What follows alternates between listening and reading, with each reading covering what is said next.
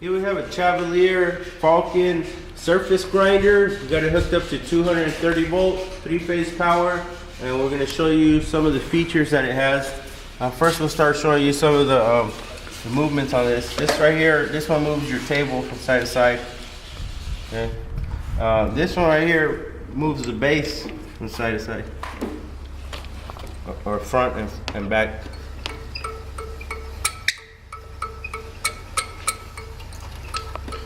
And this one up here moves your blade up and down.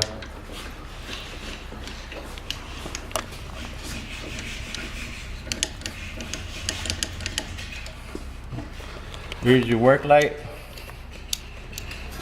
Here's your manual lubricator. You pump it, and it's your lubricator.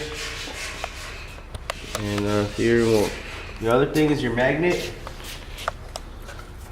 Right now we'll turn it off. See, it's easy to move, and then when we put it on, this thing is really on there. And, you know, it's really magnetized right there. Right there, it's loose.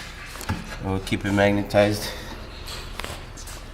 So we'll go ahead and turn on your blade, and we'll turn on the coolant pump.